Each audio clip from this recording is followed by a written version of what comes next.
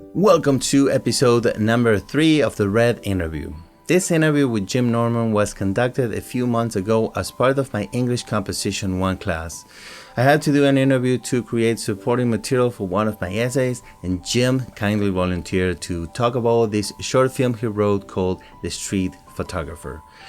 I optioned the rights to produce and direct his screenplay, and I thought that Jim was a perfect resource to answer the following 22 questions. I hope you enjoy this interview. You will learn from my experience as a director, actor, and producer, and also from Jim Norman, a multiple award-winning screenwriter and former lawyer. Without further ado, here's our interview.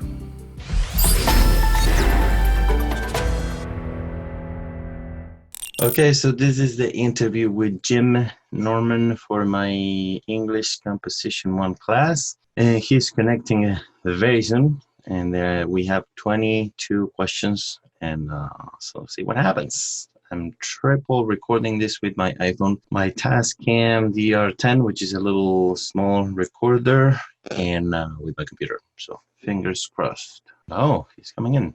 Hey. How are you? Oh, good, Ben.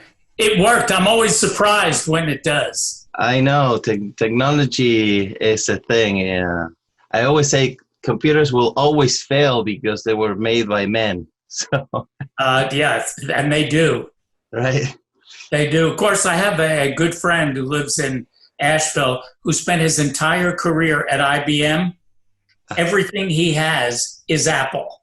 Right. I don't know what kind of message that sends, but yeah, Mac computers are much better. I worked at a CCRC, which is a retirement community, for 9 years, and I used to use PCs. Then I switched to Macs, and I used Macs for 9 years. But now I'm back in, with PCs just because of the cost. Oh yes. But I love Macs. I'm a Mac user, and I will always be a Mac user. So if I ever make it with my YouTube channel, I'm gonna go back to my Mac world because I love them, and they just the iOS, the operating system just works better, and it's tailored to audio-visual applications. Yeah. So. And therefore, the interface of any other application, if you're doing a writing application or word processing, it will flow better just because of the operating system. So that's great. Good. Well, it is nice to see you finally. Good to see you finally live from Yes. From Florida and New Hampshire. So. I'm triple recording this because I have my phone here. Oh, okay. My iPhone. Yes. And I have this is what I use to record audio on movies, actually. Oh, okay. So this is a lavalier mic, and this is a little tiny mic recorder that is not wireless. So the advantage of using this type of recorders is like you don't need to deal with interference on your recordings. It's just, right. And it can record for like 9 hours straight, and there's no problem. So, and I'm also recording with Zoom because if my computer dies, and it happens, let me tell you, being an IT guy, I can tell you that all of a sudden something happens, and so. I want to make sure at least I have the audio because then I need to transcribe the audio. Right, which is a good idea anyway for an interview. Yes. You want to be able to not try to take notes that fast. Right. And the other thing, I like to plan as much as I can because you never know what's going to happen. So something I tell my actors all the time, when I'm working with them, I said, look, one of the things that could happen, not only a rain day that we won't be able to shoot, so we will need to reschedule. But you need to know that we may need to record dubs because sometimes, you lose the files or the memory card is corrupted, and then you need to make them aware that recording dubs is a possibility in the future, so, you never know. Right. It's a lot easier to plan before than have to plan after, so. Well, I'll get there. I told Gilsey, as long as I get a C, I just want to get a C or more than a C. Right. So like, but if you get a decent grade in a writing class in your second language, to me, that's big. I hope so. One of the things I don't really like to mention to the teacher is that English is my second language, because I don't want her to give me any free rights, Right. I just want to be judged as if it was my native language. And, some people, when you tell them, oh, English is my second language, they will say, oh, okay. And they are easier on you, so. Yes. Yeah. No, you just want to survive these classes, because I can tell that one is just a lot of work for the number of credits. Right. Yeah, and there is a lot. We need to read between 5 and 3 essays every week. They are short essays, but you still need to write writer's log, where you need to describe each essay in less than 25 words. So, it's not a huge deal, but still you need to sit down, read the thing, understand the essay, and then being able to, and every week, the first week she gave us 35 words, the second week she gave us 30 words, then 25 words, and now it's 20 words. So Right. after every week, we need to be able to. But that's the skill, to write tight. Yes, absolutely. It is, the class is a pain, but there is a lot of the class I do enjoy, because I see similarities with YouTube, or things that can help me on YouTube. Like writing a better title. Right. And so then sometimes it's hard not to voice your opinion on the essays, but I do it anyway. And if there is a problem, she will let me know. But so far, everything's been fine. And like you said, I have 4 laps left on the race.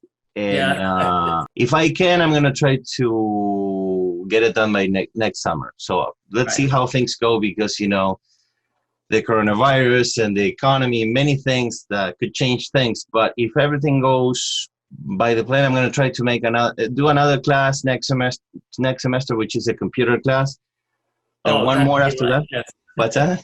Yeah, that's for you to take a computer class is like the reason I didn't take Spanish in college, because you had all these Cubans in the class who were taking Spanish 1. It's like, give me a break. Right, exactly. I know. Yeah, the thing is, like, I love technology. So I don't love computers specifically. So computers is part of technology. So my love is more broad. So the one thing I don't like about the world of computers is programming. So that's the one thing. So the last computer class I need to take is a programming class, but I need to take it. I need to do it because I want to graduate. But that's the one thing that programming is like, oh no. Yeah. Well, there are people who like to sit and write code, and there are people who don't. Right. Exactly. That's the mindset. Yeah, I like all the creative aspect of computers, and that's why I kind of enjoy what I did, because I have to troubleshoot and use my creativity to find 3 different solutions to, okay, how can we restore your Mac? Do you have a time machine? You don't. Okay, so which files do you want to save? So go through all the different possibilities and try to solve it the best way. But yeah. So yeah, I have a little surprise for your birthday. I know it's July 6th, so we have 3 days, but the little surprise is I'm just going to introduce you to the girls. Ah, excellent. For a few minutes so they can say, hi, how are you? And then we can start. Is that okay with you? Yes, absolutely. Okay, I'll be right back. 1 minute and 23 seconds later. Okay, ready? I'll say hi to my friend Jim. Oh my goodness, she's gotten so big. Come on in. Okay, so this is Hazel. Hi, Hazel. Hi, Brianna. Hi, this is my friend Jim. Hi. And Kelsey snuck in too. I was going to say, why did you invite Kelsey? And it's like, fortunately, you did. How do you think? Can you say happy birthday? Happy birthday. Thank you. It's actually not until Monday, but I'll take a birthday greeting anytime. It's Monday. Yeah, that's going to be his birthday. Mhm. What do you think? Mhm. Yeah? So this is Kelsey. Hi, Hi. Kelsey. Nice to finally meet you. Yes, I feel like I know all of you so well. I know. It's, and who would have thought that it just started that way? I know. Yeah. Yeah. It is the magic of the virtual world. Yes, yes, absolutely. Yes. Oh. So yeah, this is little Hay. So she's the brave one. She's the one who breaks everything and gets upset. But she's gonna be she's gonna go to the U.S. Army Yes, that's right. and kill the enemies. Right? Right? Yes, we always thought of her as, even in the carriage, the warrior. Someone comes and looks in too closely, and the fist comes out and nails them. That's Hazel. Yeah. Right? Yes. Jim was fascinated with your life with Charles Bronson. Oh, yes, I'm a big fan. Oh, yeah. Mama. Oh, I want to show you my dog. It's funny because, hold on, let me get, okay. I was actually at my parents' today, and we were outside, and as we were talking, about like 6 people stopped at the graveyard to go see his grave. He gets a lot of visitors. Oh, I'm sure. Yeah. I'm sure. A lot of Death Wish fans. Yeah, for sure. I remember him in a few episodes of Have Gun Will Travel Oh, I haven't and heard of Twilight Zone. Oh, yeah. Oh, you want to Yes. Who is that? That's Rudolph, right? Rudolph? Yeah. Yes. And here I didn't think you had a pet, but you have a pet reindeer. All right.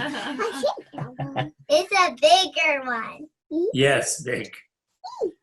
Yeah, that's Jim. Mm-hmm. My friend Jim. Okay, family. Are you ready? Can you say bye to Jim? Can you say bye? Bye, Jim. Bye, Brianna. Bye, Hazel. Bye. There we go. And a smile to go with it. All right. Hope you have a good birthday on Monday. Thanks. Thanks for helping Ben with all this. All right. Can we go All play right, Mama. Mama? Yes. Yes. Thank Let's All right, play you my... know what? Okay, let's go play. Oh, do you want this close? Yes, thank you. Oh, That's the family. fun. So, anyway, you want to start with the questions? Sure. Let's see what do you think? I wrote another 11 questions so that I'm going to do this selection. I don't know if I can send 22. I may even send the 22. But the thing is, I think she wants me to include the answers on the essay. And so 22 answers could be the entire essay. Right. It could be too long. The other thing that actually it could turn out to be more, because you ask a question anticipating a singular answer, and then what it does, it motivates you to do a follow-up. Right. Because of what I say. Yes, You exactly. You could wind up with 2 or 3 answers to one question. Right. And because we know each other, I mean, I'm also interested on listening to your answers. So like you were saying, then it's going to be a matter of editing because I don't want to rush the interview. You know, I want you to be yourself and say whatever you want, you know. I usually do, and over the years, it's gotten me in a lot of trouble in a lot of different places, but that's how I am. Yeah. No, that's great. That's, brutal honesty is something that I value on people.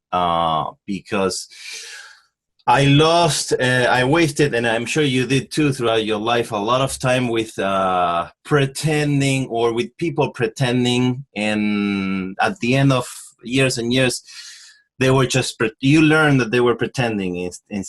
You wish they said at the beginning, look, I don't like you.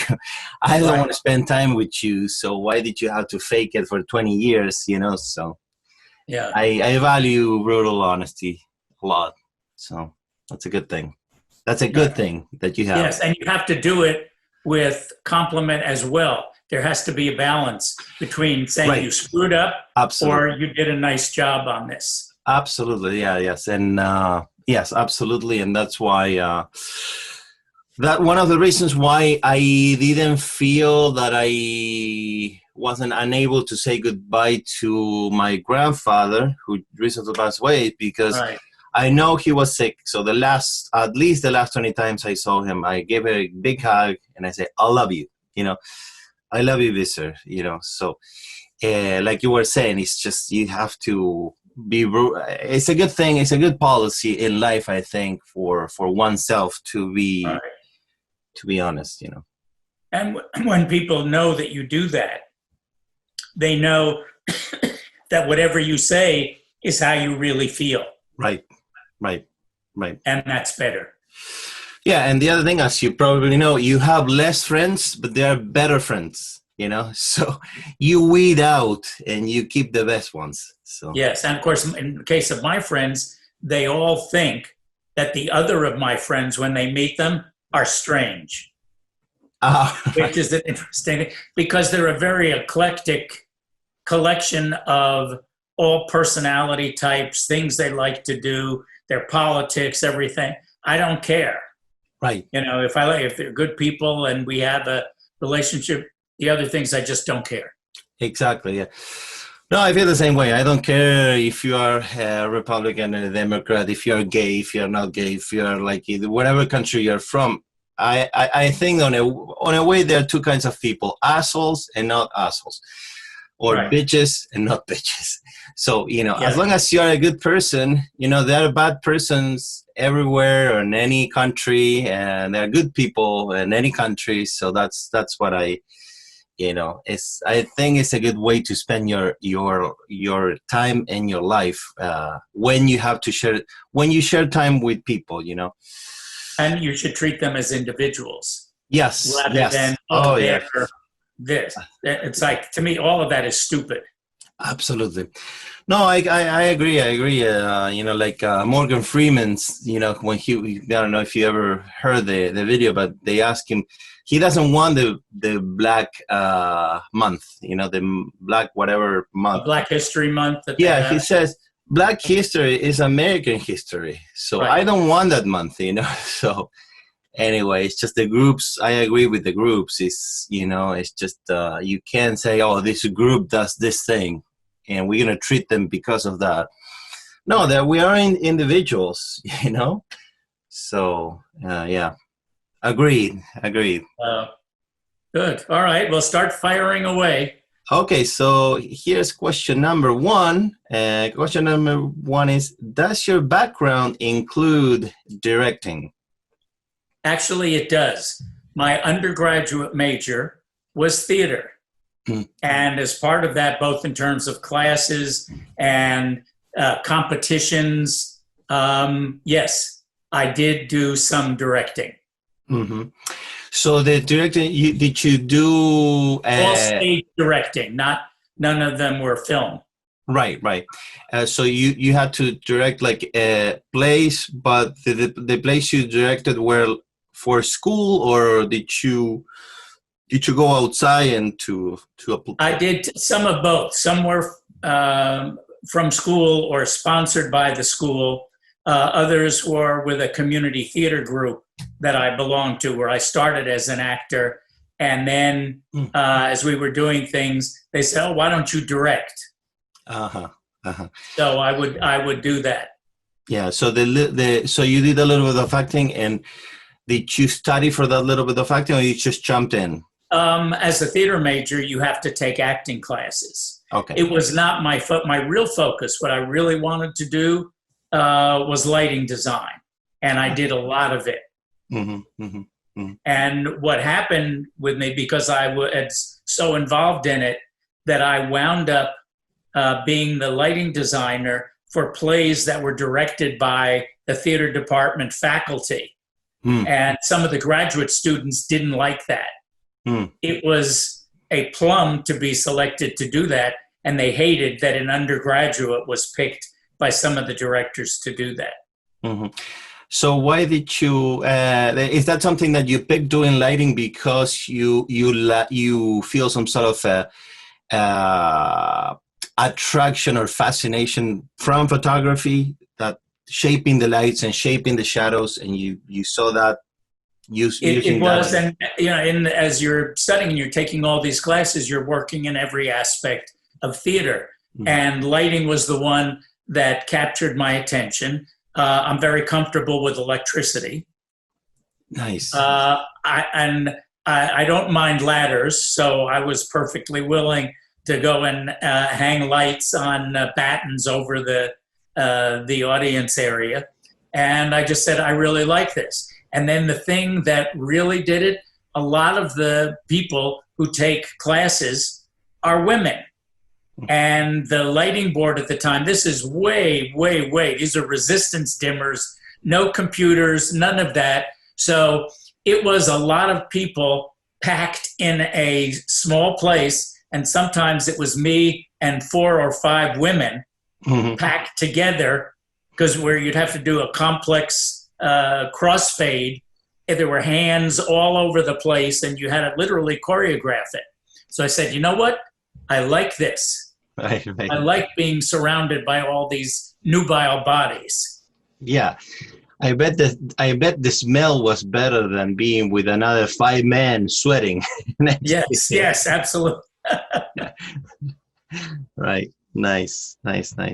Okay, so number 2, when you are at the stage of writing a screenplay, do you have specific actors in mind for the major roles? No, I have characters in mind.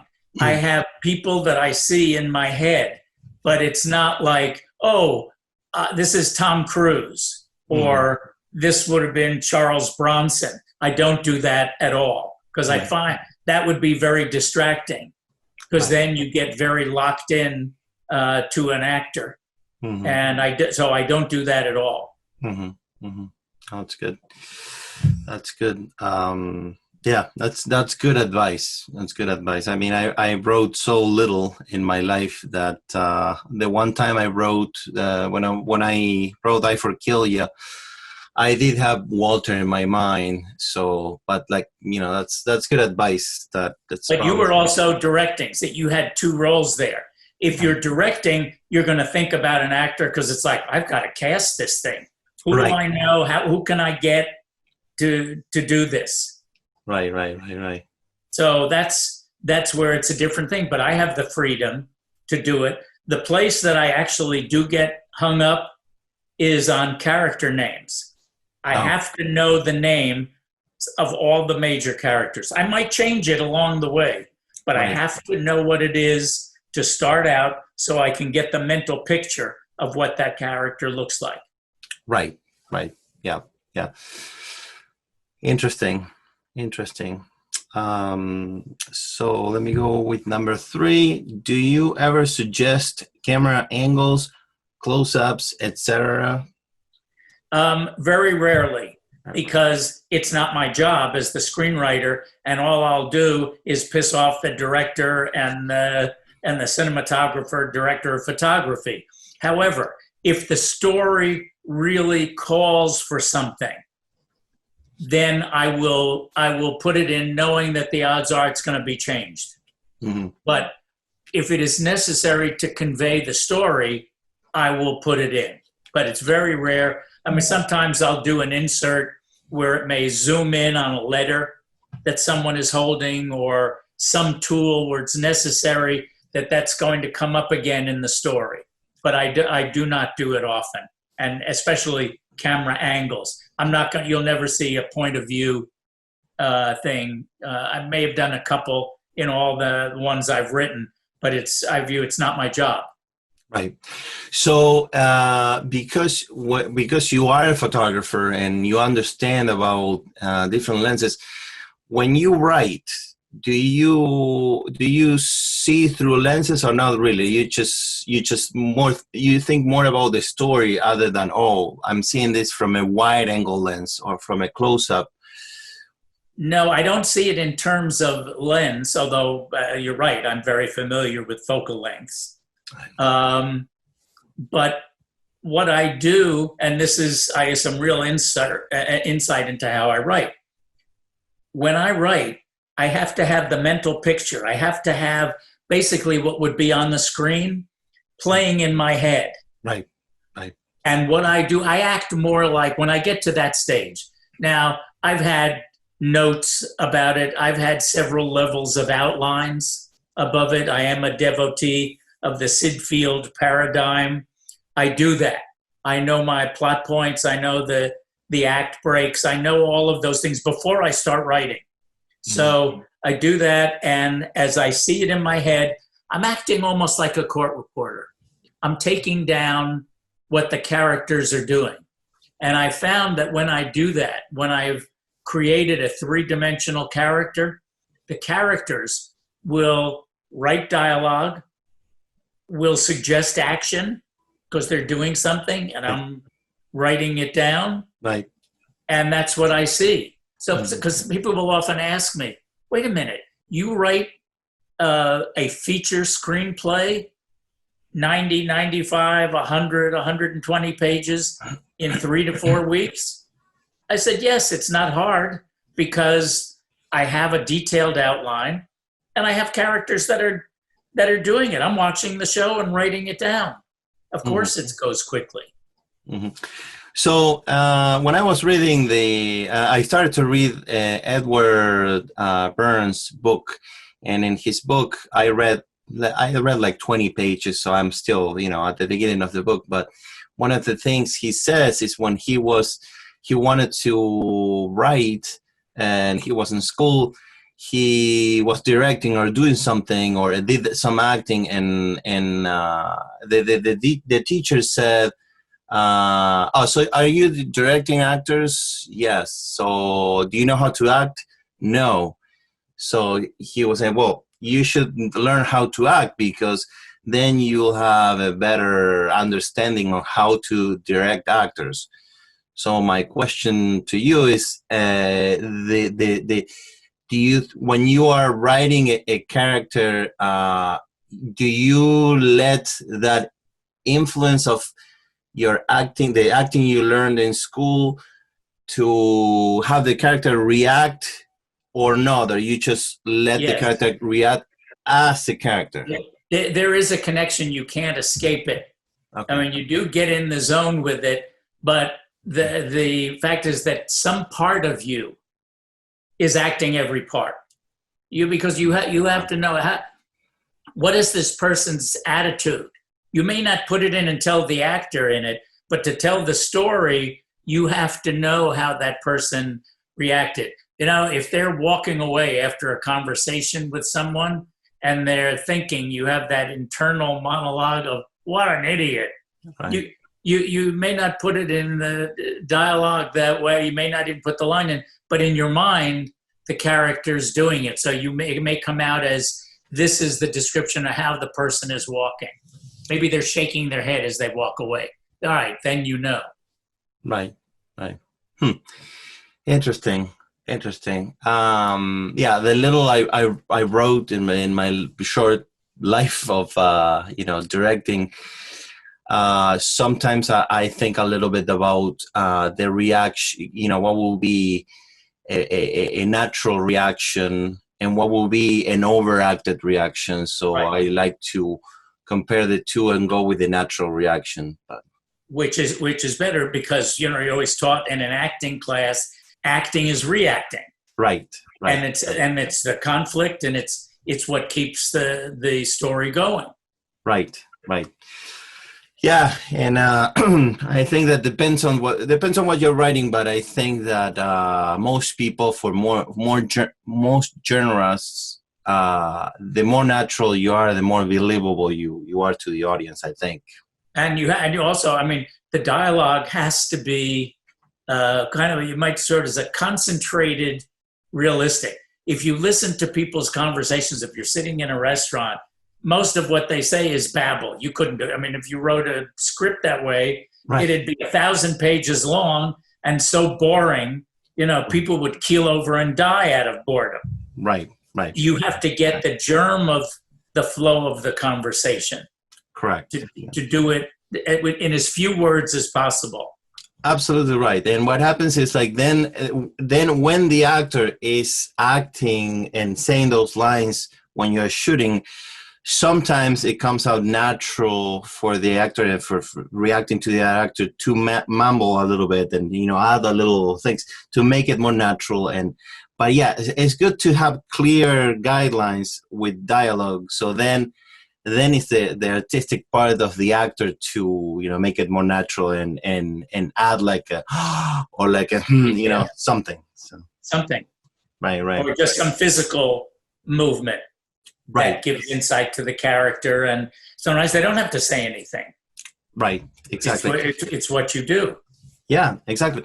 And then the director is the one who needs to make the decision. You know, that's fine. That is working or not. Sometimes you need a line that needs to be very specific but yeah, I think that you have to be a little flexible and trust your actors and trust your instinct as a director. That's why I like to shoot more takes than I need, so I have options in the editing room.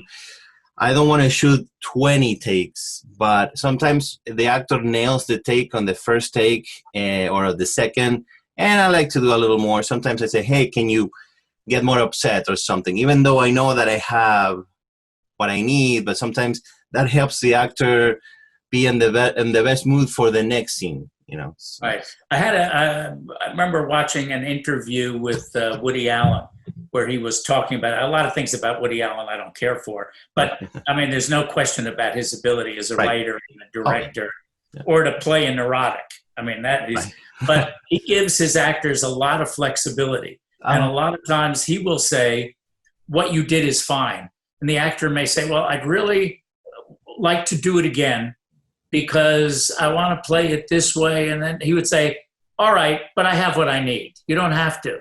Right. If the actor insists, he said, fine, we'll do it that way. And it's like, if you don't like the line exactly as written, but you're getting the same thing out, say it in your character. You're the actor. Right. And it sounds more natural because that's that actor doing that character, and it's more honest. Absolutely. It really adds to the story, you know. Yeah, I was going to tell. So I watched an interview with Owen Wilson or Wilson Owen. Oh yes, Owen Wilson. So he was talking about working with Woody Allen, and one of the things he was saying that he really likes to. He's one of the directors that, like you were saying, yeah, he's flexible, but he really is one of the directors that really wants to stick to the dialogue the way it was written. But yeah, he's flexible. It's just one of the directors that when you do a Woody Allen piece, you have to, you know. Well, remember, he wrote it. Right. He's going to feel more strongly about those words than other people may. Right. Yeah, and that's the thing. That's one of the things about playing so many roles. You know, being the writer, being the director, and being the actor. Sometimes, like he was, you know, it's like sometimes it's difficult to separate the roles. You know. Yes. You just link the roles. But. Right. I mean, if you're acting in a movie that you're directing, how do you know what you've just done in the scene? What did it look like? Right. Yeah. So, yeah. To me, if I can answer that question, to me, again, I have very little experience directing, so that's number one. So this is my third movie as a director, but to me is I try to play what I know about the role, and if there is something when I'm in post reviewing that I think that I wasn't right, that's why I like to review the footage as soon as I shoot the footage, because if I need to fix one line, I can reshoot it just with my face. Right. You know, I could even go to the location and just shoot that, you know, if I don't think it's right. But yeah, so that's what I try to do. All right. All right, so let's go with number 4. Question number 4 is, how do you feel when a director makes major changes to your story, the location, or the characters? It does not bother me at all, because I view the process as collaborative and everybody brings something to it. Yep. I remember Paul Levine, who I first met when he was a lawyer. He started life as a Miami Herald crime reporter. Mm-hmm. Then he went to law school. Mm-hmm. Then he started writing and did very well with novels. He had a couple of things produced, and he sold one of his books, and was the protagonist was a former Miami Dolphins defensive player who became a lawyer. So it kind of took after a lot of his things. And so he sold it. The first thing was done. They moved it from Miami to New Orleans. They changed the team. They changed all these things. And he had a conversation with the producer expressing that, you know, I don't understand why you would do this. And he went on and on. And the producer said to him, listen, here's the way I want you to look at this. If I buy your car and you see me driving by, I want you to wave hello. Don't tell me how to drive it. Right. That's a good point. That's a good point. Yeah, right. And that's the way I look at it. So anything that you change in the street photographer is fine with me, because I did my job. Now it's up to you to do it. Right. I mean, no matter what, anything that's changed, if it's to a script you've written, will be a glaring change. Doesn't mean it's bad. Doesn't mean it doesn't work. It's just a change. So what you have still playing in your head seems strange. So no, it doesn't bother me at all. Right. Yeah.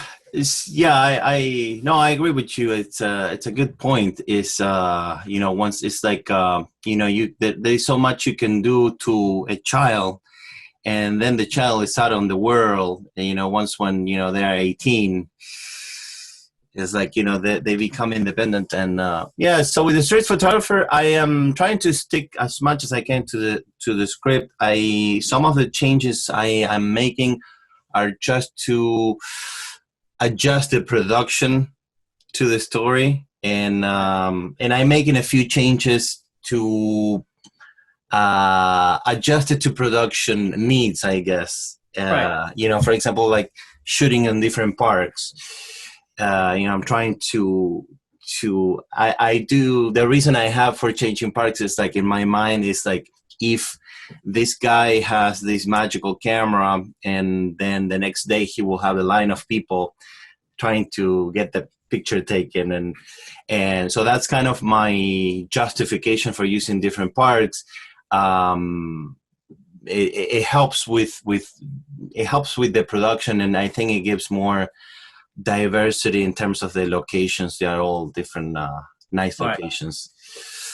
But other than that, yes, I may need to ask you a few questions once when I'm tying the story together to see if I have trouble tying some parts of the story, which I don't think I will, but if I do, I will ask you for advice. Yes, just ask. Yes. But it's fun. Hopefully we'll get to shoot the next scene. Hopefully we'll get to shoot the next scene soon if they don't start closing the states again. But so fingers crossed. Yeah, I don't think they're going to do the big shutdown again. Yeah. And I mean, what we need to shoot is really open. It's like a really open place, and so. But we'll see. Yeah, you get to that part of Ed Burns' book, And what he's done with some locations, it will put a big smile on your face. Who is that? Understand. The Ed Burns, when he gets Oh, how he shot scenes in different places. Yeah. yeah. I look forward. It looks like I do relate to to his story. Of course, he's at a much higher level than I am, but I mean, I relate to some of the things he's saying about the passion he feels about writing. Even though I don't have the passion of writing that he has, but I do have the passion for telling the story and for playing the story and for showing the story. Right? So that's where my passions. But I do relate to many things he's saying so far. But it's only 20 pages, so. Oh yeah, you will enjoy that whole book.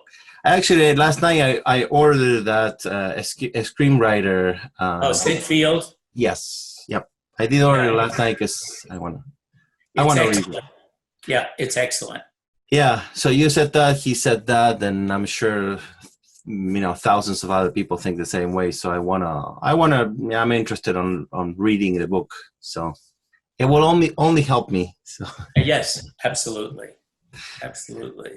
All right, so let's go with question number 5. Besides the screenwriter and the director, who do you consider the most important person on the production team?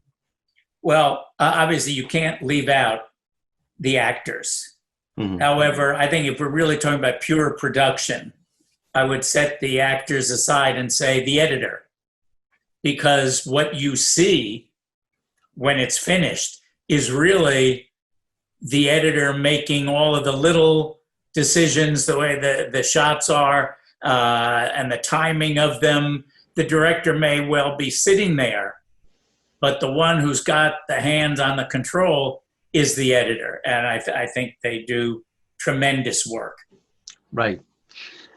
Yes. One of the, I think Marty Scorsese said that great editing is not when you see the editing, but it's also when you don't see the editing. Right. Yeah, that's also great editing. Oh, yes. Yes. And by the way, if you at one point need to use a bathroom or something, just let me know. No. Don't worry. I am not bashful. I've been called a lot of things. I cannot remember ever being called bashful. That's good. That's a good thing. So number 6, do you insist on having a say or a veto on any aspects of your screenplay during production? Would you like to have that level of control? No, because with control becomes responsibility. And again, as I say, it's not my job. Right. What I do like to have with someone, I have in my option agreement with Corey's hand, I get, it's either 2 or 3 invitations to the set. Oh, yeah. You're welcome to come. Right. The points which are, there, but no, I don't insist on it. I don't want to be in the way. The thing that I would be willing to do in some cases, if there are issues and we know there's going to be rewriting on the fly, then I would go and be part of that, but only if the producer or particularly the director wanted me and needed me there. I certainly don't insist. Right. Yeah. Well, that's good. That's good. That's a good approach for people you're working with. So, for example, one of the actors I like, as an actor, I'm not talking about the personal life or anything, but one of the actors I like, and you probably know this, is Johnny Depp. And yes.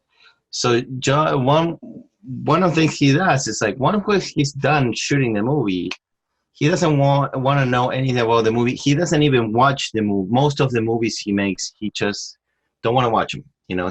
He's done his part. Then it's up to the director, the editor to use whatever they want. But right. If he didn't do what he was supposed to do, the director should have said, "Hey, can you do this again? Can you Right. But once when he's done, and he rarely watches his movies, and I relate to that because I did watch my movies because I didn't make many movies, but I don't rewatch the movies over and over again. It's just like, to me, even with my YouTube videos. It's more important for the director to watch the finished product, to learn from. An actor has done their job, go on to the next one. Correct. And get it out of your head. Right. I mean, that's the other thing. You cannot linger and think about what you've finished if you're starting something else. Right, exactly. And something that happens to me with my YouTube videos, I cannot watch my older videos because I've been getting better. I still have decades of learning to do, but I know that I was terrible 4 or 5 years ago. And one time I had to watch a little piece because I needed to add a link on the description. And I was like, oh my God, I don't even know why this is online. I need to take it off, but I just left it. But I don't like to watch my previous work. So. Yep, I understand. Yeah. Okay. So number 7, all writers have a voice. Is your voice the same in different genres?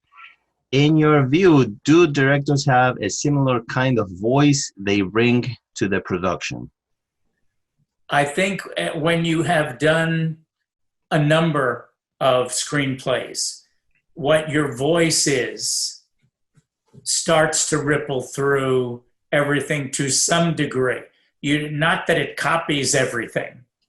So I have a group of half a dozen reviewers that I send when I have a draft that I feel I'm not embarrassed to send. And I want comments back. Tell me what you liked. Tell me what you didn't like. Tell me what worked. Tell me what didn't. And my best reviewer, I get long comments from her and details. And she had said to me a couple of screenplays ago, I like your dialogue because it's essentially banter. Oh.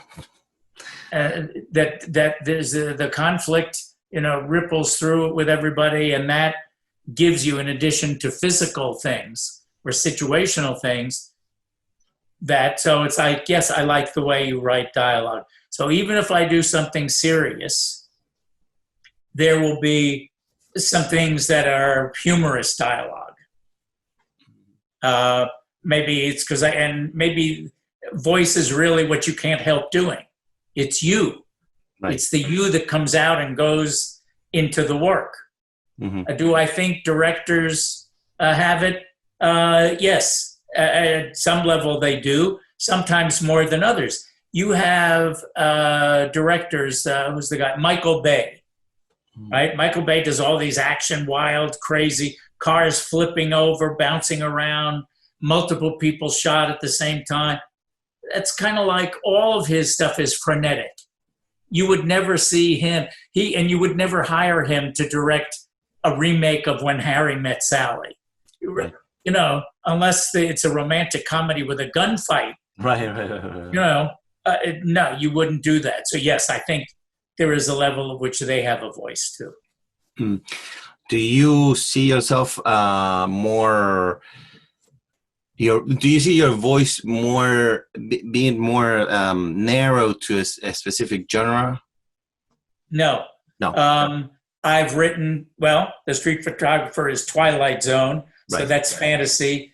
I've done science fiction. I've done romantic comedy. I've done straight comedy. I've done police procedurals. I've done teenage, high school, coming of age stuff. I have the freedom to write whatever is on my mind. Right now, I think the world needs more comedy. Right. So the last several that I've done have all been comedies.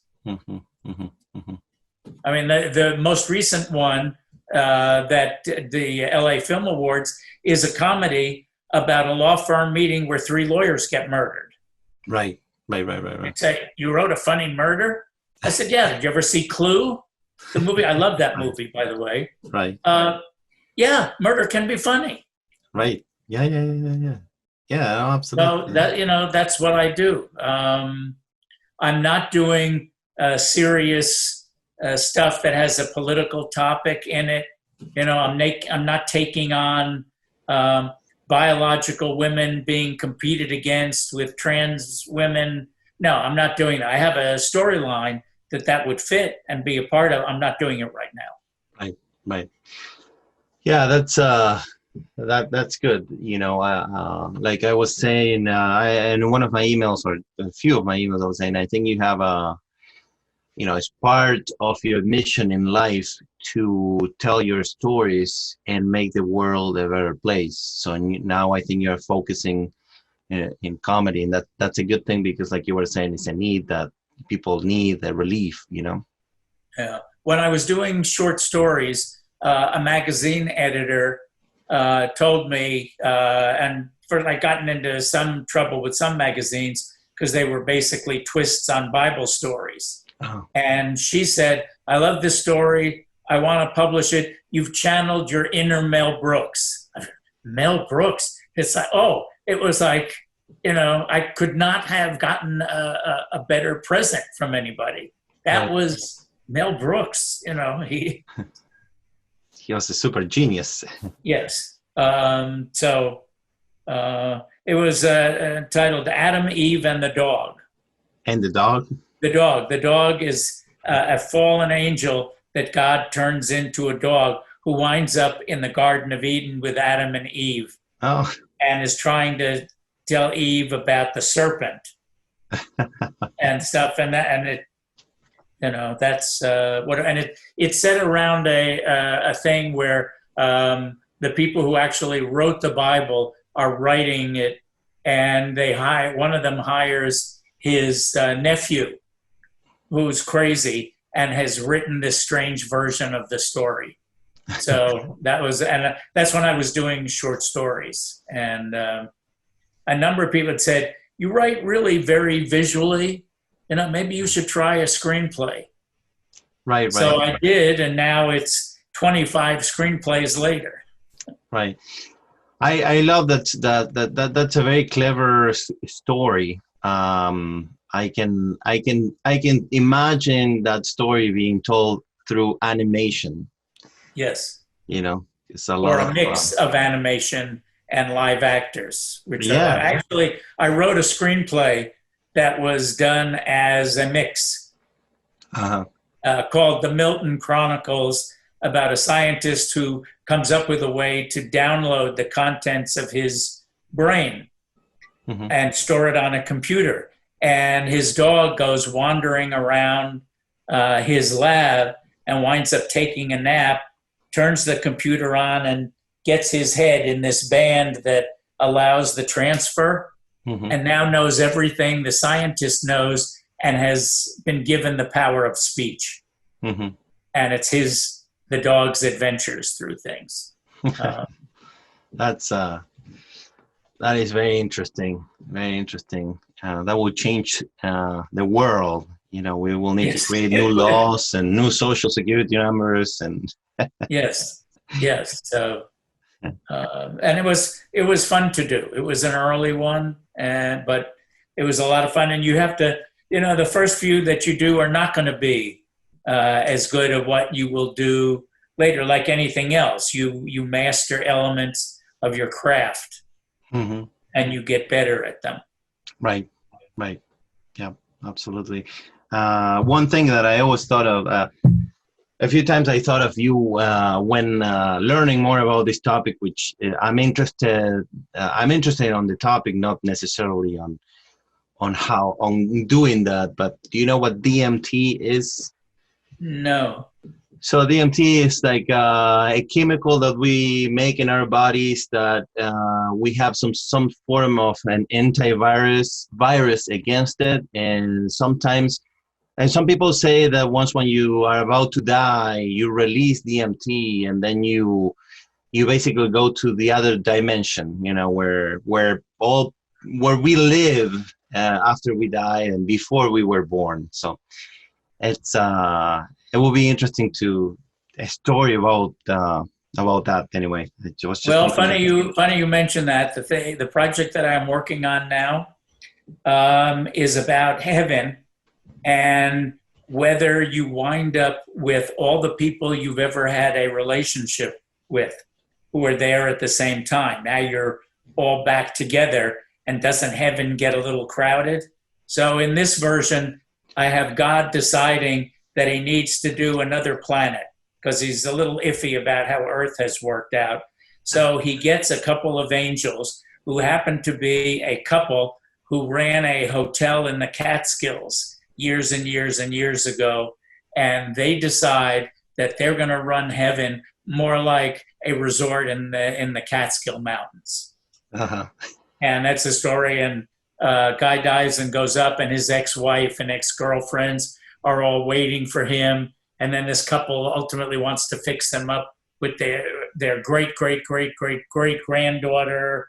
And it's all of that chaos. It obviously will be a comedy. And that's, it gives me that. And it started a couple of years ago. I had lunch with a lawyer who used to be in a firm I was with. And she was just wondering out loud, do you ever think about what would happen if everybody you'd ever had a relationship with, you all wound up in heaven together? Right. How, your various exes get along. And so I said, okay, I got home, immediately got my writer's box, made a few notes. And then after finishing this last one about the lawyers being murdered, I said, you know what? I'm going to do this one about how crowded heaven gets with all these people. So I started making notes. I'm almost at the point of doing my detailed Sid Field outline. Right. Yeah. That's where it comes from. Yes. Yeah. No. That's. I'm interested on learning. On reading that book. I will. But yeah, that sounds like a fun idea. I will try to send you some sort of a summary of what DMT is and I'd like to see that. What that universe is supposed to be, because it could be fascinating as for you to at least know what that concept is. So now if you use it or not, then it's up to you, but that could help you by writing other things completely unrelated, but knowing. Pieces come together, and it's a little of this and a little of that. To me, again, this is one of those questions. I've taught a bunch of writing classes. And the first question, where you're talking about people that don't have experience, the first question is always, where do your ideas come from? Okay. And what I've said is, you have to allow yourself to be a kid. Yes. Doesn't matter what age you are, because kids are always in this pretend world, and they're seeing things, and they're making things up. Well, that's what you have to do. So you have to take something that happens. It can be a contemporary thing, and you just say, suppose, and take it to its ultimate extreme, and start thinking. Maybe you have to pull it back. Maybe you take it even further, but it's the germ of it. Allow yourself to think of crazy ideas. Right. Yeah, no, I agree. I think one of the ways I see it is that we, when we get in the zone, whatever we do, it could be a sports, or we channel something. It could be the universe. I don't know what it is, but there is some sort of a channeling that, because you have that particular mission in your life, the universe sends you that kind of inspiration or energy for you to create. So, for example, Michael Jordan, he will be channeling the basketball, Yes. But he wouldn't be channeling, the universe wouldn't send him the energy to create a story, because that's not his mission. His mission is to be a basketball player. So in your case, you are an author, and you write stories. So when you tune in to that energy, because one of your missions in life is to be a writer, that's what the universe is sending you. It could be, you can call it universe, or you can call it energy, or you can call it God, whatever you want to call it. But I think that is something that sits in, and then you are just that kid who starts writing, Yes. Yeah. Okay. So number 8, I think number 8. How do you react when a movie made from one of your screenplays is very different from what you wrote? I think that's kind of what we had talked about. Doesn't bother me. Doesn't bother me. Okay. So number 9, do you find that directors tend to share your vision of the story you wrote, or that they tend to impose their own vision? I think it's kind of a bit of both. Mm-hmm. And I want them to do that. Right. That's what makes it a collaboration. So, Yeah. change the way, be my guest. They obviously liked something. Yes, right.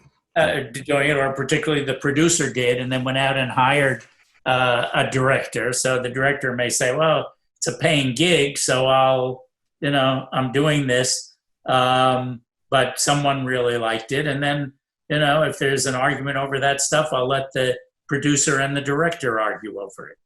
Right. Yeah, so the majority of the most successful projects or movie projects in history are collaborations, Yeah. The minority, and there are people, are the people who write, direct, edit, and act. The Tarantino's, even Tarantino, he doesn't act anymore, but, Right. So yeah, collaboration is key, I think, so. It is. Somebody said, I don't remember who said this, but one of the big directors said, you always make 3 movies: when you write it, when you shoot it, and when you edit it, so. Right, yeah.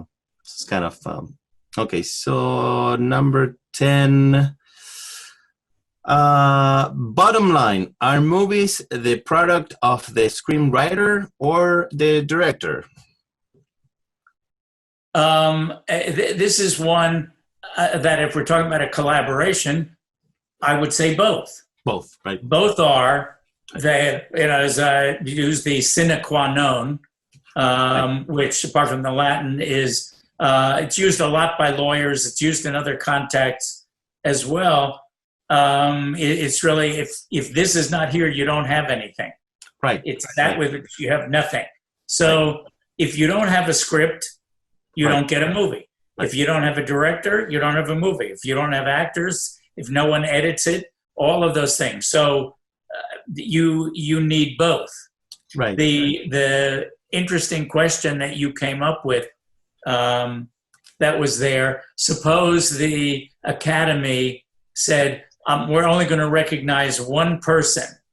Right. It's like, okay, well, there are reasons that I don't have much respect for the way the Academy gives out awards anyway. I know it's political. I know it's studio politics. It's all of those things. It's people they like. It's people they don't like. All of those things. So it wouldn't matter to me, and I don't think it should go to just one person. Right. I think since they are basically an organization of the actors, producers, and directors, they view the screenwriters as almost a separate thing. The same as the lighting director in a way. Right. Every once in a while, yes, it's like best screenplay, but then it doesn't win best picture, doesn't win best director. It's like, well, why not? Why give them a negative award? Right. If you started out with the best. So those are things I don't put too much stock in, and I wouldn't give it to just one. If it's a collaboration, if you accept that premise, that's a collaboration, everybody deserves a piece of the glory. Yes, no, I completely agree. And the way I see it is that when you, I see the screenwriter like the sperm, and the director or the filmmaker or the production company is like the egg, because without the script, there's no movie, So then, the writer writes, and takes a lot of work, but then the movie, there is a lot of other work. That's why I see it like more like the mom. It's the mom that all that time inside that the baby's growing and until the baby comes out. But I mean, without that seed, and that's why. Yes. Now there are situations. If we look at it this way, a producer says, you know, I want to have a movie that's like this, or it's a story about something. And the producer goes out and hires a writer and tells the writer, this is what I want. And by the way, I'm casting Tom Cruise agreed to do my project. And I've got Michael Bay has agreed to direct it. So I need something where there's going to be a lot of action and explosions and all this stuff. Write it for me. Right. So then you're doing that. But the more traditional thing that we're talking about, a writer comes up with an idea, drafts a screenplay. And the screenplay, then a producer says, well, like you did. You said, oh, I like this story. Pretty much, this is one I want to do. Right. This is okay. Now it either directs or finds a director. Then we have the collaboration. Right. If the script had not been written, you know, there was no idea. It had never come to be. That's the sperm. But you need all the rest as well. So you need both. Yeah, so you know that's why I'm currently struggling a little bit, not that much, because I think I do have a plan, but what my conclusion of the paper is going to be, and I think the conclusion is going to be that is, you know, it couldn't really be done. You need to recognize both parents, right? Yes. It's not that one parent is more parent than the other. It's their baby, right? So I think both, you have nothing. Exactly. And I think I'm going to conclude with that, you know, that will be my conclusion, that it has to be, it's both of them. It's not one or the other. It's both of them. Right, so, but there are things where there is a debate about it. Right. That's the Academy question. Who is, all right, yes, it takes both. Fine, big deal. Who is more important? Right. And that's the tug. And you can argue, well, it's a screenwriter because that's where the idea, that's where the story, that's where the characters came from. You can equally argue it's the director. Right. Because without that, there's no one to tell the actors what to do, to make sure it happens, to present the whole vision, and to manage the entire rest of the production team. That's why I think, in a sense, the writing is easier. It's just me. Right, exactly. I do it. I don't have to manage anybody else. It's like, here's the script. Good luck. Have a nice time. Call me. Let me know how you're doing. Maybe we'll do lunch. Right. You know, and then he's got to go out and get all of these other people lined up. Right. You know, it's like I can put a slug in for conference room and FBI headquarters. Okay, fine. I just type it in. I don't have to go to the FBI and say, hey, would you mind if we shoot a murder in your conference room and splash it on screens all over the country? Right. I know. So it's like, I think in a sense, yes, you have to have the screenplay, but it's in a lot of ways the easier job. Right. No, I agree. I think that I am going to conclude with that is like saying I want to make the analogy of the parents of a child, because if we say who's more of a parent, the father or the mother, right? So, and you can argue, well, without the sperm, you wouldn't have the baby. And then you can say, well, but without the womb and without the 9 months. So it's actually their child, you know, it's not. Yes. So I think that I'm going to use that. I'm going to mention that on the essay. Just make sure that, because what she wants is the argument. Yeah. Both sides presented argue the two. Right. And it's the director and back and forth, and then have it drift down to the conclusion of the birth, to which some producers would say, don't worry about the father, you get a sperm donor. Right, exactly. Yes. Or the other way around, you can say, well, you can provide the sperm and we can rent a woman, right. You know, right? Yes. For 6 months. And Right. so, yeah, I think that that's a good thing. I want to present both sides, and I need to use our interview, of course. I'm going to, see what I need. I'm going to be using, and then I'm going to conclude that way that it's really, it's both of, it's a, it's a collaboration, and a baby is a collaboration. Yes. Yeah, it is. Sometimes not an intentional one, but Right.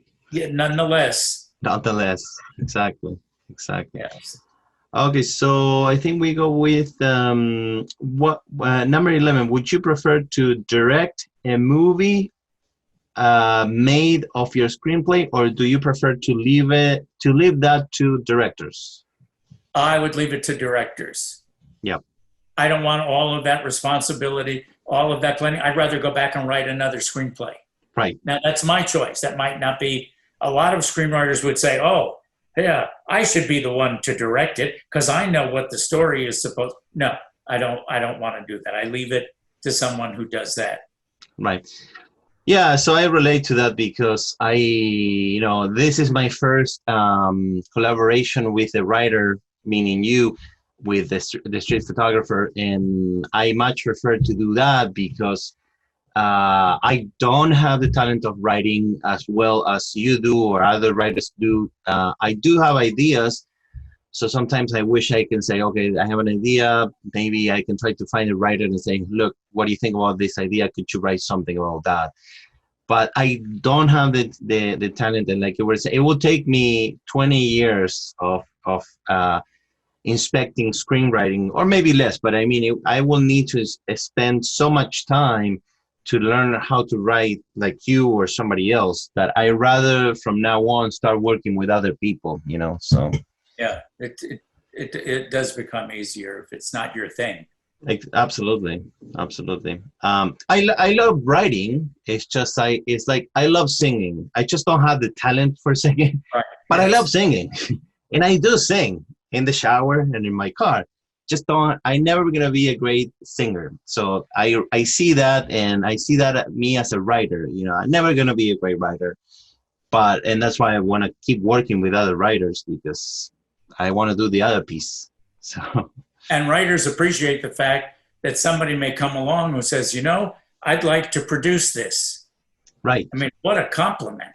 Yes, absolutely. Look at all the effort someone is going to take what you banged out on the computer and actually make it into a movie. That's terrific. Yeah. What a compliment. Yeah, that is a good thing you have that approach because some people don't have that approach and they are cocky about it, but Right. To me, it was easy because The Street Photographer is a great story. It's really well written, and it's easy to fall in love with that story. So it's like having a very beautiful daughter. Of course, a lot of men are going to be interested in that woman because she's a beautiful woman. So that's my compliment to your writing. Is it was easy for me to fall in love with your story, So. Number 12, and this is number 12. Is the making of a movie a primary reason why you write a screenplay? No. I write screenplays because I've selected it as the medium of writing to tell my stories as opposed to a novel or a short story. And there is this very strong structural similarity between short stories and movies. Because a novel, fine, it's 400 pages, go on, describe everything, do all of this. I didn't enjoy doing it as much as I do now screenplays. I went through short stories, but once I started doing it, I said, I feel like I'm home. Right. This is what I want to do. That's what I'm happy doing. I'll do screenplays. Mm-hmm. So I'm going to add a B question to that question. Do you enjoy more writing a short story for a short film, or do you enjoy writing a more story for a whole for a feature film, or it depends on the story? What is it? Yeah, I think you hit it on the last point. It depends on the story. It depends how I see it. It was interesting. My sister, who's actually a very pushy person, on a slow day, I did a Twilight Zone genre thing about a man in a nursing home on the edge of death who was given a chance to go back to his high school years and roll the dice and see what happens. And I wrote it as a 32-page short. So it was a long short. And my sister and a couple of the other reviewers said, I think I'd like to know more about the story and what happens and all of this. So I didn't want to do it. But my sister particularly kept saying, you have to do the feature version. You have to expand it. So I did. And I didn't like it as well. I liked the shorter version. Then I got a comment back from one of the festivals about the shorter version, and it said, I really like this story, but in competitions and to get produced, it is helpful if you get closer to 12 to 15 minutes than 30. So I took that as a self-assignment. All right, I'm going to take 30 pages and I'm going to get it down to 15, which I did. Now, do I like it as well? No, I actually like the original, the shorter version. And both of them have done fairly well. And I'll say, I don't really know yet how the short is going to do. We'll see. Right. Interesting. So let me go with, would you, number 13, I'm just saying the number so I can, when I'm editing. Number 13, would you be open to have your screenplay adapted for a theatrical play? Sure, if it fit. I don't think I've written anything that would work. Although funny you mentioned that, I am considering doing a stage musical with all 1960s music. And the basic storyline is high school dating and love in the 60s, told with music. I don't know that I'll ever do that one, but I have a list. It's probably got to be about 125 60s songs that I think might fit. It could be a girl's name like Gloria, that old song, or what was one? The Orleans Don't Hang Up.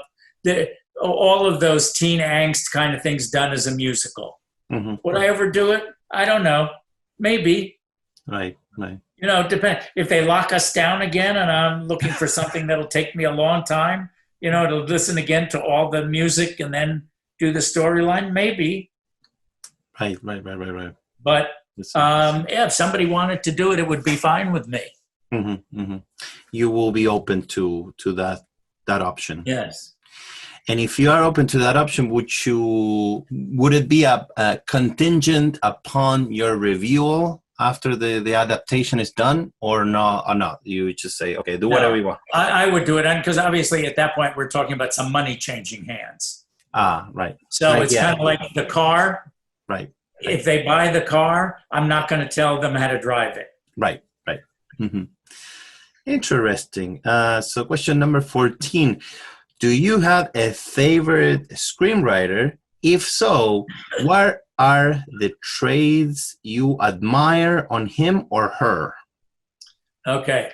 There are two that I would mention. And I like them both for the same reason. Nora Ephron and Aaron Sorkin. Okay. Why? Because they both write the absolute best dialogue on the planet. Okay. He has, Aaron Sorkin, he has a master class at the website Masterclass. I took it. You took it? Oh, okay. I did. Okay. Yeah, it was interesting. Yeah.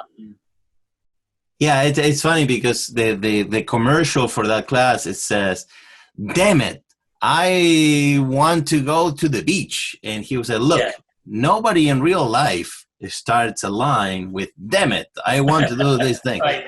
And it's so true. So It's just like in mysteries. The first thing they will teach you about mystery, do not start with "It was a dark and stormy night." right, Whatever you do, except as a joke. right, right. If I were doing a comedy about a mystery writer, of course it would start with "It was a dark and stormy night." Right. But, so you never say never. But no, if you're writing a real mystery, you would not do that. And it's like they always talk about, don't put too much long, flowery description in. But you have someone like James Lee Burke, who has a series set in New Orleans and an alcoholic police detective that I love. I've read every single one of his books, which must be like 20-something of them. Because he does it so well. He does it better than anyone else. These are novels, not screenplays. But the screenplays, those two are just fabulous to me. But I can't write the dialogue that they write, and they don't write the same. They're just both excellent. So I have to write my dialogue, my voice, how in that banter. Yeah, it is like music. Yes. So you like rock, but there are different voices within rock. Yeah. So cool. So question number 16. Can you describe what is your opinion the perfect basic structure for writing a screenplay? Yeah. That's easy. Sid Field. The paradigm, 3 acts that goes back to Aristotle, and you have near the end of the first act a plot point which changes the direction of the story. You have at the end of Act 2 where you go from the conflict to the resolution near the end of Act 2, another plot point that changes the direction and leads to the resolution. And the other thing that you need in the first act is the inciting incident. What is it that kicks off the story? I mean, mysteries are easy. There's a murder on the 3rd page. Right. And but that structure is just fabulous. If you stick to that structure, you won't go wrong. And no one will say, yeah, but the screenplay isn't structured well. Right. If you follow that, and it's basically 25% of the story is Act 1, 50% is Act 2, 25% is Act 3. Setup, conflict, resolution. Right. And his explanations are terrific.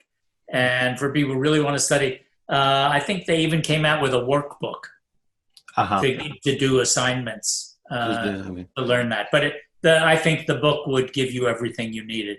Quick question about that book. Is his method or his structure his own, or it was based on somebody else's before? It was based on his experience in the industry. And what he did, he was the one who said, hey, I see a real pattern here. And he started with this. And frankly, when I first read it, it can't be. So what would I do? I would order a copy of the script, read it, and count pages. And then I would watch the movie with a stopwatch. And when I got, how far along is this? And I'd make a note of the time. Yep, 25%, 50%, 25%. It's what Hollywood does. It's what they expect. And it works. And now what happens when I write, I don't have to think about the page count. The story comes out that way. I've gotten grounded in it. Right. Yeah, it's your basic exercising routine. Right. So, it's like, if it's a short, it's still 25%, 50%, 25%. If it's a feature, same thing, 25, 50, 25. I'm sorry, I'm getting so passionate about asking you questions. if I'm making you tired or something, just let me know. No, I'm good. Okay. A quick question about that. So let's say you're writing a trilogy. Will that structure change or not really? Because a trilogy has the same. Each of the three will be 25, 50, 25. Uh-huh. And if you happen to watch all three movies at once, will that, is there some sort of a shift or not really? It's just... It's interesting that I don't really care for the stories that don't, like the Star Wars. Right. I wasn't wild about. Star Trek I really liked, but that was just a series, and it was really kind of camp. Mm-hmm. Mm-hmm.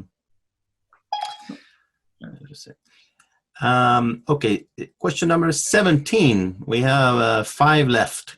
Okay. What are typically your main objectives when telling the story you wrote on a screenplay? Okay. My view of all writing, fiction, nonfiction, short story, screenplay, novel, there are 3 things that you want to provide to the reader, and then if it becomes a produced film, are the hook, something that starts out when they start watching it, they start reading it, they become hooked. What's going to happen? Or this is interesting. I like this. Then, so that's the 25%, same deal.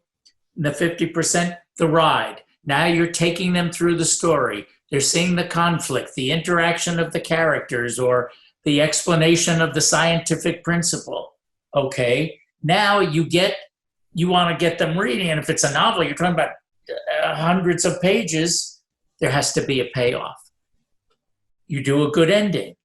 You tie loose ends. You don't leave them hanging. It's like, I read this. No, I still don't know what it means. What happened?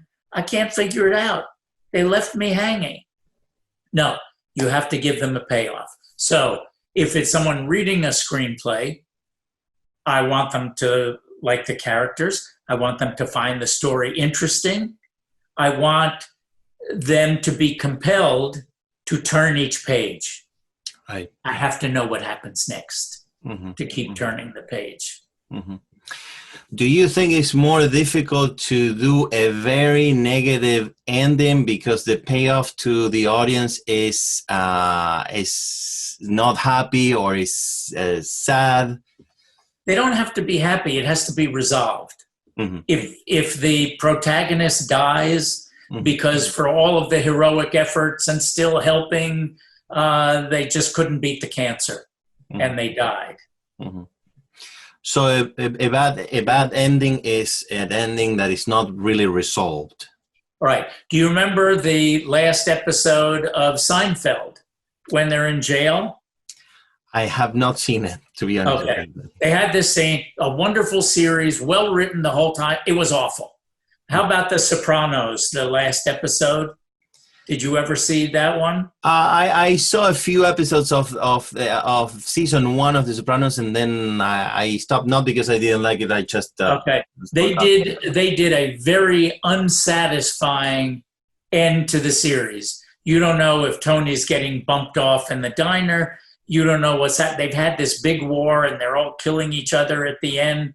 So you figure, oh, Tony's going to get it. You want to say no, and it just ends with his daughter running in. Oh, sorry, I'm late. Boom. And that's the end of the series. 5 seasons. Right. What?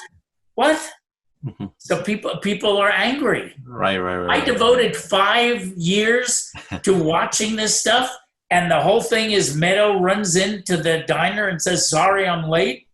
Right. That's a bad ending. Mm-hmm. Mm-hmm. If you're doing a television series, at the end of each episode, whether you want to call it a little cliffhanger or a tease, right? What is it that's happening or about to happen or you think might happen or you're afraid will happen that takes you into the next episode? Right. You know, it's like, no, we're safe. No one knows we're here. There's a knock at the door. Boom, end. That could be enough. Right. Right. Right. So what, I'm watching the next episode. Why? I got to know who's at the door. Right. That's all it takes. Mm-hmm. Mm-hmm. But something that motivates them. Right. To continue watching. Yeah, I can think of a few examples of a bad ending of TV shows, but yeah. A lot of them, and movies too. They're just not satisfying. But the truth is, the honest truth is that good endings are hard to write. Right. Yeah. Yes. Right. Absolutely. So I felt, after Petzval is kind of, as I wrote it, out of Chicago, you think, well, okay, that's over. And the little scene on the beach in Miami was like, oh, this is going to start all over. What lives is he going to do? Right. Exactly. Yeah. He's not giving up. He's old. He has trouble getting around, and he's got that same sign. Right. Yep. Exactly. That's a short thing. So you can't do too much with the ending either. You don't have the time. Right. Yeah. I have it in my head, the ending and how I want to shoot the beach scene. So yeah, I know what you mean. What happens is documentary, sometimes they don't end well either. You're watching a documentary and it's like, so what, so you don't know. So that can happen to documentaries too. Oh yes, fiction, it's all the hook, the ride, and the payoff. Right. And your paper, even though it's relatively short, should still do that. Right. That opening sentence, hook them. Or in this case, her. Doesn't matter if anybody else gets hooked, but she needs to. And then you go through the argument, and then the payoff is it's just like creating a baby. Right. Exactly. Yeah. No, Because isn't the real question we're saying, whose baby is it? The screenwriters or the directors? Right. Yeah. That's another. I'm taking notes of that too. Okay. Mental notes. But yeah. Thank you. That's good. So number 18. What's your reaction when winning an award for your screenplay?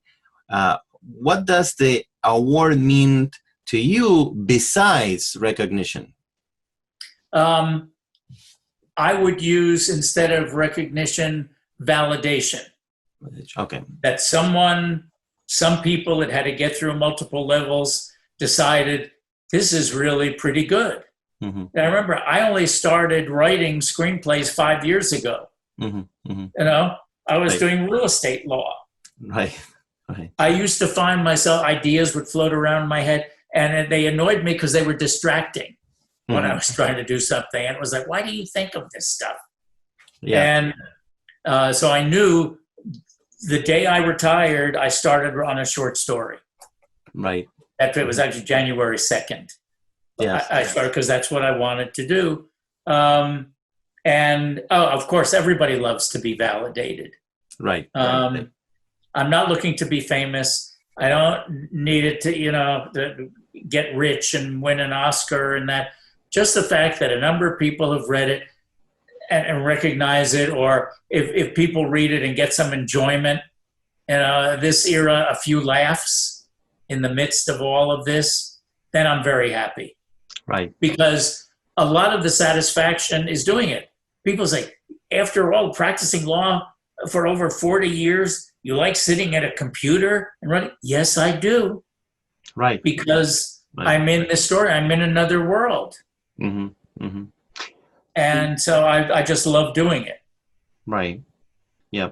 Do you think that your life, or at least your professional life, really started when you wrote your first screenplay? Well, I got some satisfaction from some of the short stories that I started doing. A different phase of life. Mm-hmm. It's like people say, oh, what do you do? Meaning, job. Right. I don't say I'm retired. I don't say I'm a lawyer. Right. I say I write screenplays. Right. Mm-hmm. but you do find it's a stupid question, but you do find a lot more satisfaction, obviously, writing stories than doing law, right? Oh, of course, because the story, I get to do whatever I want. Right. I'm the client, I'm the lawyer, I'm the firm, Right. I'm the judge, Right. I'm doing the deal. And this way I do whatever I want on any time frame I want. No Right. one's bothering me. Right. So you the last 5 years, they've been really very happy years for you. Oh, yes. Rewarding Absolutely. years. Oh, absolutely. Believe me, it's a lot more fun than practicing law. Right. I bet. I used to say to people, well, what was it about practicing law? And I'd say something along the line, depending on my mood that day. I saw more assholes than a proctologist. And so a lot of them were in my own firm. I mean, Right. forget about the enemies outside that you had to deal. It was just bizarre. I mean, it wasn't like I was miserable for 42 years, but part of there were things I liked better than others. Right. And the things often that made me unhappy were a lot of the people I had to deal with. Right. Yes. Yeah. Like you were saying that one of the reasons why you don't like to direct a movie is because of dealing with the people, with Right. actors. Right. You've Yes, had yes. some issues with actors. Right. And right. the people that have the option on Corey's Hand, which is a baseball fantasy coming of age, have said, it's like, oh my goodness, the actors. Oh. Like this. Right. Okay, yeah, I get it. And that's why I don't want to have to deal with it. Yeah, I do believe that at my level, meaning independent, small producer, I much rather work with people that I like to work with, because the story, if it's a good story, will compensate for any lacking of acting. Of course, I don't want to work with somebody who doesn't know how to act at all, or doesn't even care about acting. But if I think that somebody can act decently, again, I trust a lot on the story, which is the core, obviously, of the movie. And then it's hopefully my ability of directing the actor and making that story into a motion picture that will also help, But yeah, that's why if I have a problem with an actor, and I had a few problems with this particular actor, as you know, and Yes. so yeah, then it's like, it's just not worth it, No.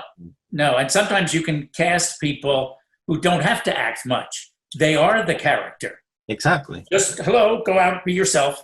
Yeah. Here's the lines, learn them, say them when I tell you to, and good luck. Exactly. Well, the Shane, which is the guy who's going to play the businessman for TSP, he is the manager of a local co-op we have here in New London. And he was asking me those questions. Well, how do you want me to play it? Do you want me to? And I said, no, look, you are a businessman, you are a manager. So yes, we can have some sort of a more formal wardrobe for you the day we shoot, just because we want to show that, you're not, with long hair and tattoo, so you want to really kind of visually tell that you are some sort of either a doctor or a lawyer or a business person. But other than that, I wouldn't have asked you to play this role in the first place if I didn't think you fit that role. Right. Just be yourself.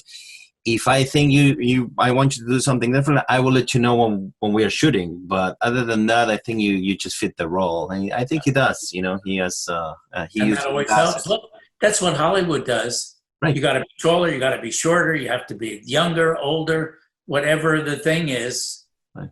Okay, life's not fair. Yes. Yeah. And he's thrilled to play the role. He's been consulting with his daughter. He's 50, but he has his daughter is like 20 something, and she has done some acting, and so they were consulting with each other. Yes. So he's really excited actually too. Oh, good. I'm sure he'll have a great time, and the camera will be there, and he'll enjoy himself. Oh yeah. And I get along really well with him, so that's another thing. It's just Like it's gonna be like this, like, you know, something fun to do, like we're having right now, you know.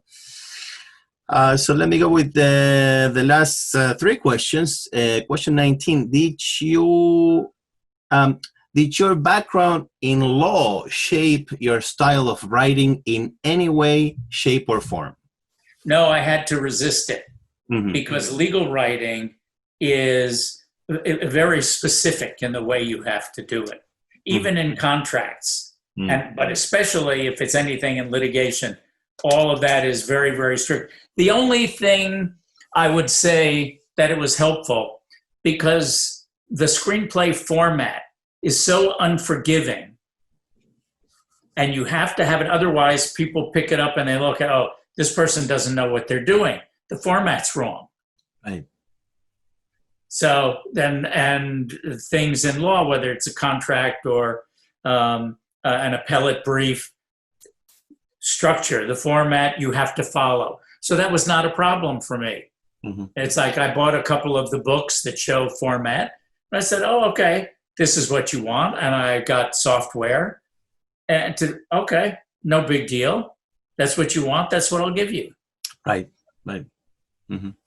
Yeah. Well, that's good. Right. But that's that side. The mindset of law, no, you have to escape that. Right.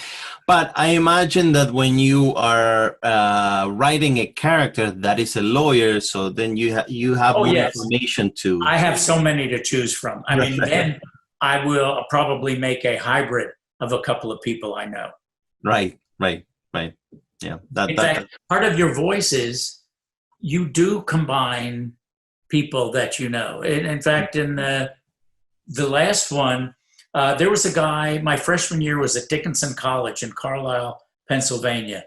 And this guy was a prep school product, extremely wealthy family, and flew to college in his own plane. And was really kind of a jerk. I have a character.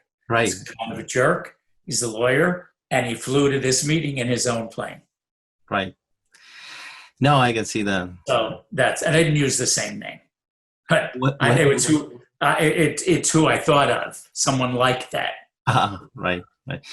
Yeah, and I imagine I always remember your cute comments about Hazel, and I always think, oh, one day Jim is going to write a character that is going to be a little girl. Oh, absolutely.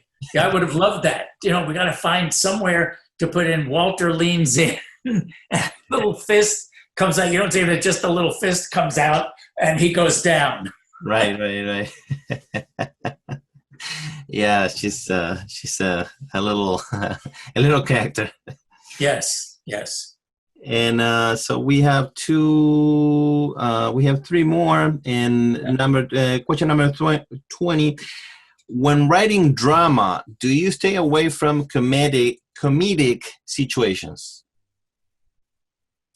I stay further away from it. But if you're writing a drama, and the coming of age ones are really the dramas that I've done, within a family, people say funny things to one another.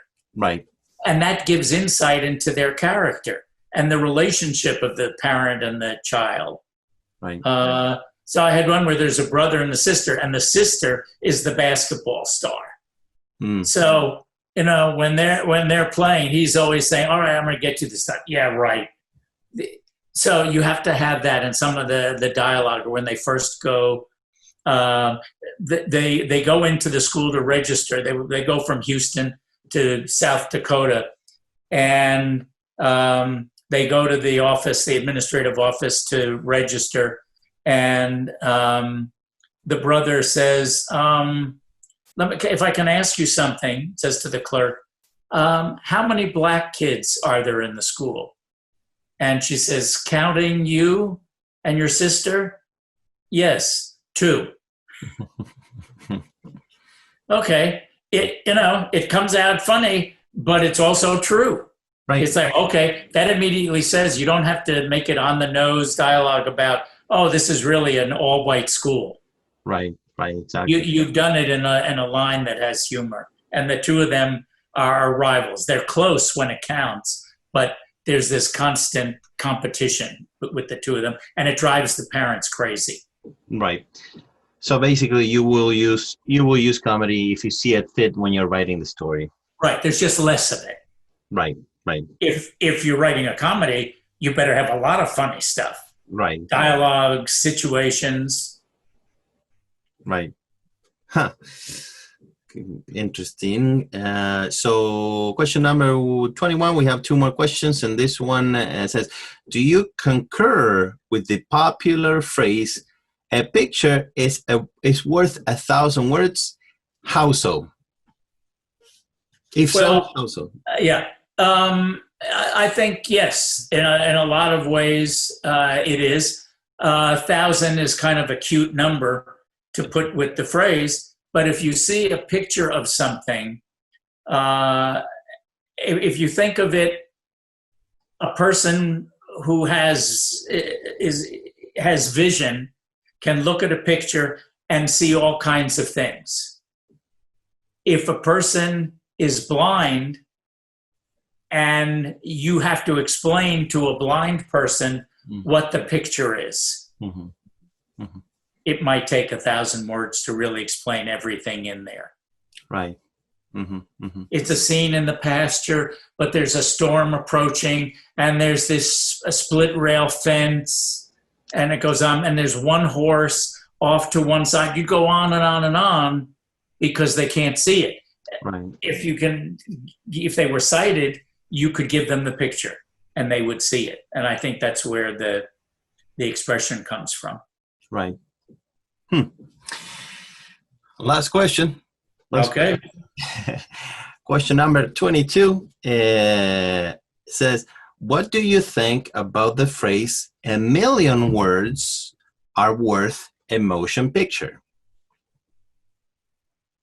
A million words. No, because if anything over 120 pages for a feature is considered too long and they're going to have to cut, and unless maybe Aaron Sorkin can turn in a draft that has 140 pages, knowing that it'll be cut in production and he will be there, and the dialogue is in the stripe down the middle. No, a million words is a novel. It's not a screenplay. Okay. Perfect. Thank you. Thank you so much. Oh, this was fun. Plus, just really getting to be together. Now I appreciate Zoom. I'm going to have to do some more of these things. And of course, we should as well. Because, yes, absolutely. I mean, look at how much correspondence and stuff we've had and a few pictures. But, well, we've done more than 1,000 words tonight. This is really nice, really special. Yes, absolutely. And then there is a lot of value on this type of interview for people who are into the screenwriting, business, and for the on the independent filmmaking business. So this is we have the conversation, and we could potentially edit it and use some of this information for people. And use whatever quotes, or if you think of something. That, wait a minute, we didn't really talk about, just let me know. Of course, you're going to run out of time sooner rather than later.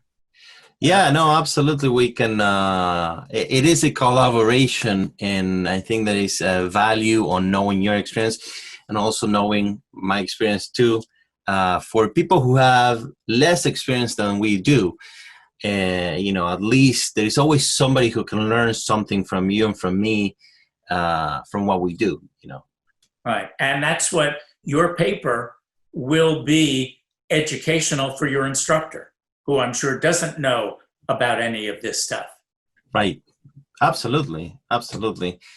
I hope she gets value out of it. I'm sure she does take value out of the work. She will. I mean, if she says when she finishes, I really learned some things from Ben's paper.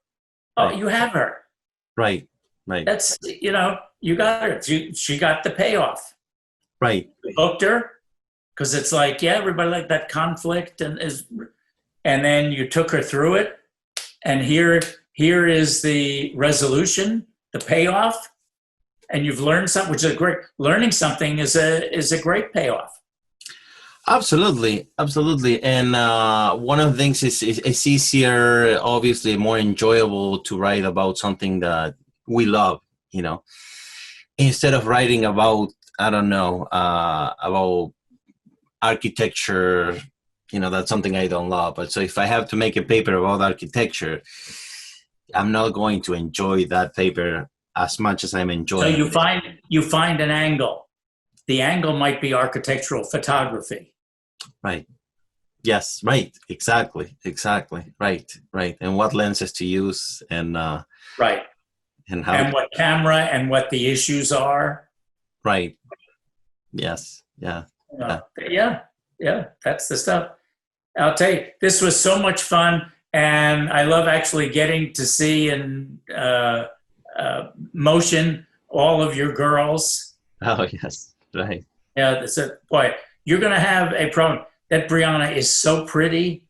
Yes. Already, when she's of dating age, it's going to be like, some boy comes to pick her up, and what they're going to hear is Ben with a shotgun. Right. Racking it. I need to learn how to shoot. We were thinking with Gelsey about getting a gun because we don't have a gun, but right, we don't either, and we've had the same discussion. Yeah. Her brother has several guns, and so, but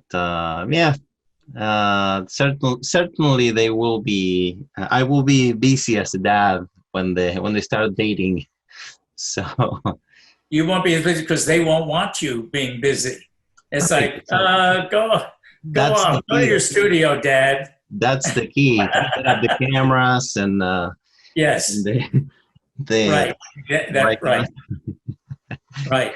And it's like, I am not wearing a body cam on this date. Right. And the typical phrase, I'm not afraid of going back to jail. Yes. Right. Yes. Oh God, too funny. Too funny. Yeah. Yes. So when you go through this, let me know if there are any questions or we need to clarify stuff. I think you have a pretty good handle already, and you're probably ahead of a lot of the people in your class. I hope so, because she was saying that she wanted us to do the interview next week or the following week, but you can start it whenever you want. So right. I'm going to have to do something. I'm going to have to kind of go through the list of questions and just pick a few questions and then review the answers, because okay. I can't use all 22 questions. No, it'd be much. But one of the things I suggest you do is, now that you've heard all of this, do a little outline. Yes. What are you going to do about the hook? What is it? You have the title. Now that opening paragraph, that's going to hook her and maybe want to see, whose movie is it? That's all you need to do in the first paragraph. Then the ride is these arguments. It's the screenwriter because, it's the director because, it's both. Right. It's and some actors would say, no, forget them. It's the actor who makes it. We bring it to life. There's nothing with that. And then you get to that payoff where you teach, this is about the collaboration. This is why it's like a child being conceived and born. Mm-hmm. And it's like, oh, now I understand it. The child analogy, that's something they do understand. Making movies, they don't. Right. And now you've put it together in a way that's now I get it. Yeah, it's a pretty universal way because, like you were saying, I mean, everybody understands making a baby. Right. Everybody. So that's really universal and easy to understand no matter what your background is. Right. Yeah. They should. Of course, some need a little more practice on how not to make them. Right. But that that aside, they still have some idea. Right. Yeah, that's true. That's very true. We will do that. Yeah. So, Well, thank you so much for your time. I really had a great time personally. so did I. Great to share this virtual space with you. We don't have to wear masks. That's right.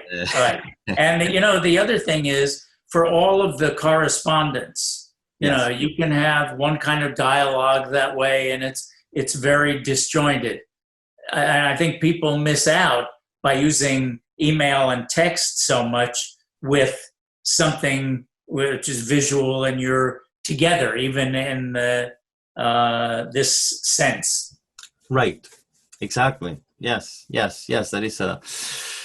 There's a lot of value on the nuances of our body languages reacting to each other and, being genuine to each other. And right. that bonds us even more. So. Right. And of course, I'm really looking forward to actually seeing what you do with TSP. Yes, I know. Yes. I can't wait. I'm doing it. And of course, when you get it on your channel, I will send the link to a bunch of people that I send screenplay stuff to. Absolutely. Yes, I can.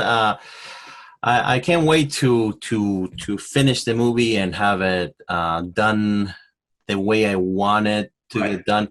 But I'm at a point where I'm ready to actually finish the movie. I just wanted to finish the movie without rushing it, but I want to finish the movie. So it's like I'm balancing the act of doing, not rush it and do something that I'm missing on the music, or I'm missing something, or I'm missing a certain shot.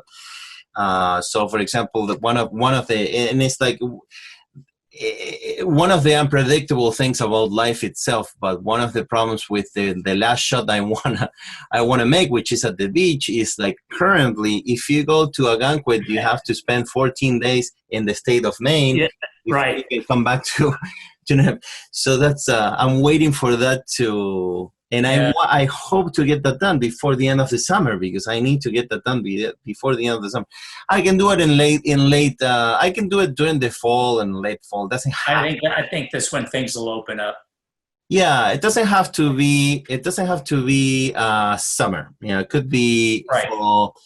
It could be even the beginning of winter, because it's like really, Oh, you could. I mean, if it turned out to be winter and there's snow on the ground, and he decides to do it, it doesn't matter about the weather, and he's got an old tattered coat on, and it's through the snow, and there are not many, and he's by himself, but he's out there with the sign, waiting for someone to come along and have their life changed.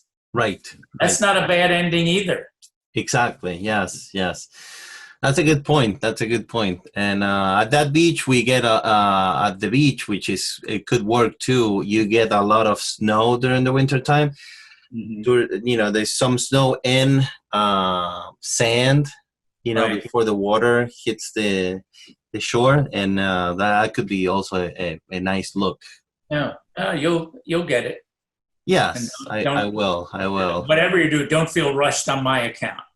Okay, I will not. I will. I'll keep busy cranking out more in the meantime. Yes. Yeah, no, but yes, I wanna. I do have. You have so many. Once when you're in the process of making a movie, you have so many things about the B-roll you're gonna be using, about the music. Who's gonna make the music? I have two people that could potentially make the movie. The music. One of them really wants to make the movie, but the other one I may be able to get to make the movie the music for free. So then I have to see those. Because some people will want the credit. Right. Absolutely. And I want to send the movie to movie festivals. So that's the other thing. It's like I will eventually put it on my channel, but I want to send it to festivals, Right. Yes. So then I will ask you later on for you already gave me a list of festivals, but I will give you a list of my festivals, then you can probably add a few that I can. Yeah, well, we'll find a good batch to do. Yes, absolutely. So, Okay. very good. I'm going to take the dogs out for their evening comfort break. Perfect. Please Yes. do have fun. Thank you so much again for your time, for your all of your insights, and we should do this again at one point, maybe with other topics, and maybe we can even do a collaboration, put it in my channel, and we can maybe even talk about things you want to talk about. We can, so do something like that. It'll be fun. Oh, perfect. That would be fun. Okay. That would be fun. Thank Have a great evening. Give your girls a kiss for me. Thank you so much. I will, and we'll be in touch. Okay. Yes, sounds good. Happy writing on the paper. Thank you, my friend. I will do my best. Thank you so much. Okay, take care, Ben. Take care. Have a good night. Bye. Bye.